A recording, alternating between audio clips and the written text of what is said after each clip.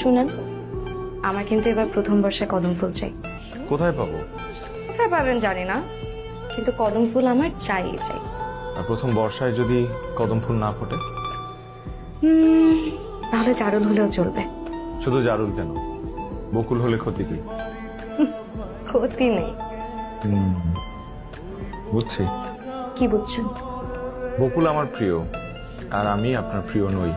তা নয়, সব ফুল আমার ভালো লাগে, সব ফুলকে আমি ভালোবাসি।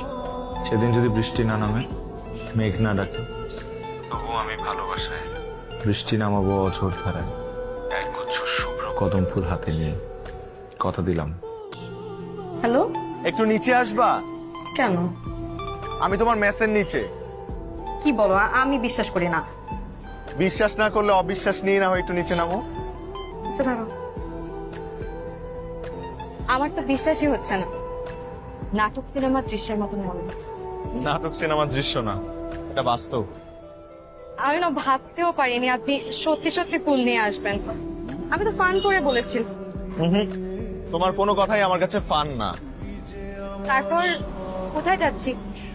গুটি গুটি পায়ে হাঁটতে হাঁটতে ওই বকুলতলা পর্যন্ত। শুধু বকুলতলা পর্যন্তই? এখন তোমার যখন ঘরে ফেরার তারা, তখন এতটুকুই তো অনেক। বেশি করে চাইলে কি চাই?